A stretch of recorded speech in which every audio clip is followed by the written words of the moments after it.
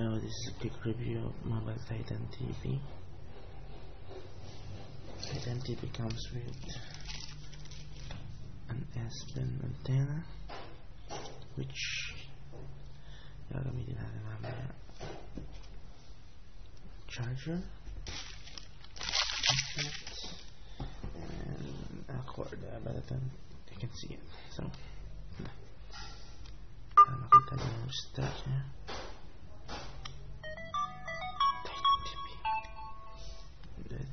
It comes with 8 megapixel camera, a lens with a noise cancellation, speaker, USB. Ang bilis na. Ito yung headset jack, power button, volume. Ito na Titan. Ito front camera, sub keys,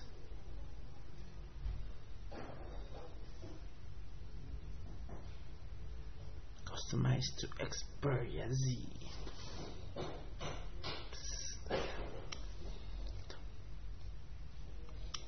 Para makita niya ng gulakar ko. Experience. As you can see, very smooth siya.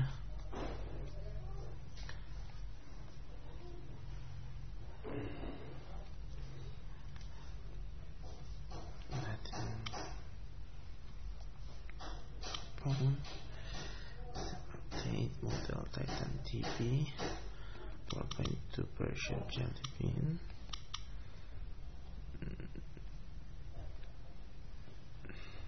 1 gigahertz dual core, 1 gig of RAM, 4 gig of internal RAM. Tapos gamitin muna natin yung antenna niya. Bale, ito yung antenna. Pwede siyang pahaba. Pwede ito yung S-Pen.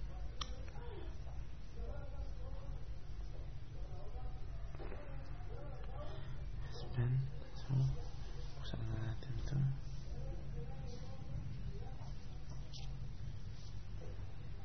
Ito siya. Tingnan lang isa set.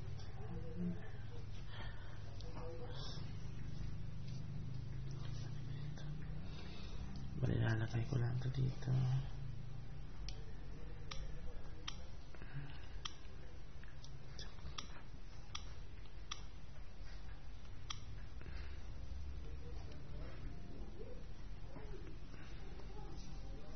Kita nyo dito yung dito yung siya lalagay. Ito na, pwede na gamitin yung TV, yung naka built-in TV. Ito yung analog TV. Hindi ko na alam kung makapasok dito. Try natin yan.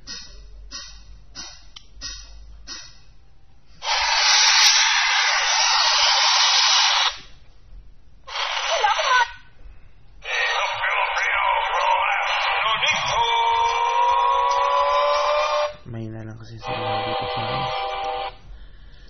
Pero kung gagamitin mo yung Pinoy TV using a Wi-Fi, bale, saan ito? Naisip ko na yan pala. Try na natin yung Kings. Ta camera pa pala. Camera, machine.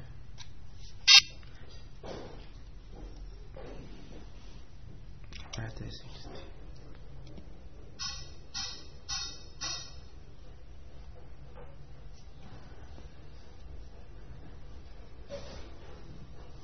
谢谢呀。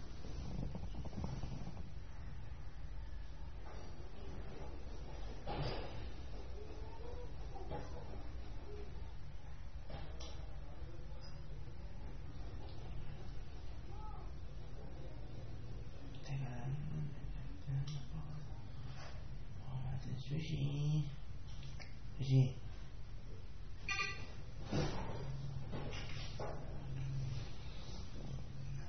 Makulit kasi yung aso, kaya mahirap picturean. Bali, ito yung camera niya. Maganda siya kasi 8 megapixel. Tapos Tayo natin yung front camera niya.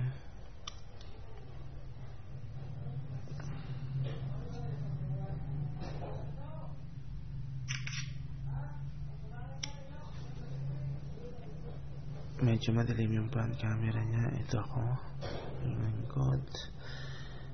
Tayo natin yung games.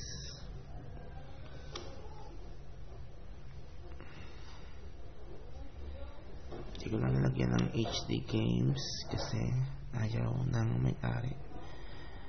Bali, bebenta ko to sa kaibigan ko after ng review.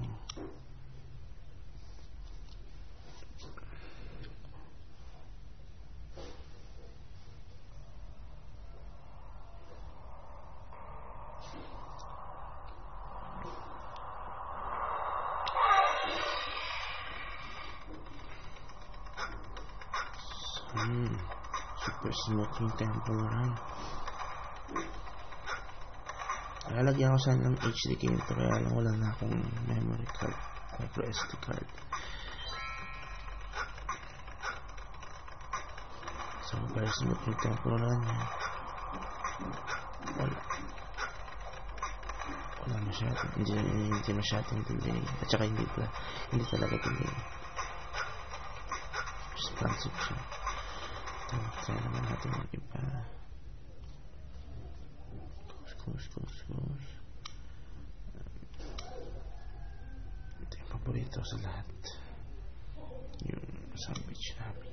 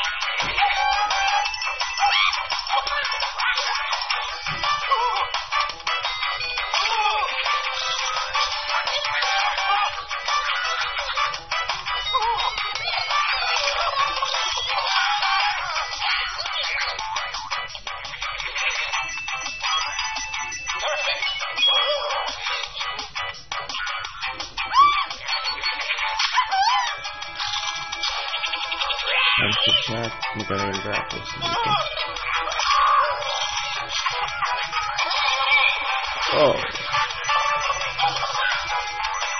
Pag may nakikita yung delay, siguro sa camera.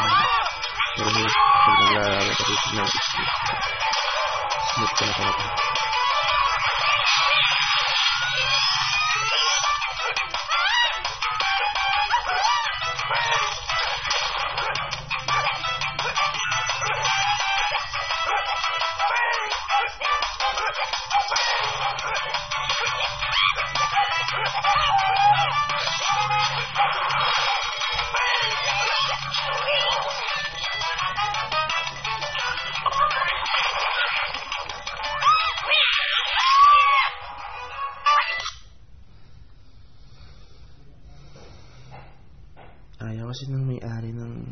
Ayaw kasi nang bibili nito na medyo hard games, so hindi ko lagyan ng hard games.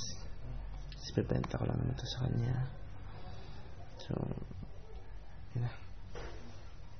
Messaging. Kakanda ko sa isang cellphone. Pag gumagawa ka ng message, hindi delay yung nilawrite mo na data. Okay. Brown Fox Jams. Hindi delay yung pagsusulat ng keyboard. Saka perspective. Yan yung maganda sa messaging. Tingnan namin picture pa yata. Wala na akong picture.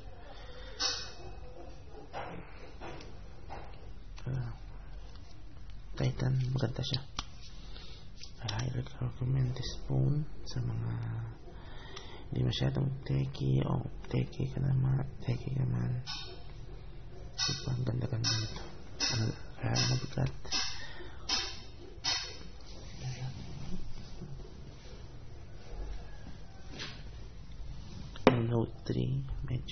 parang kuya niya. Yung iPhone naman, liit talaga ng iPhone dito. So, ipag-rate mo to sa 1 to 10, I will rate this phone I think 6. Yung Note 3 is 8 lang, so mataas na yung 6.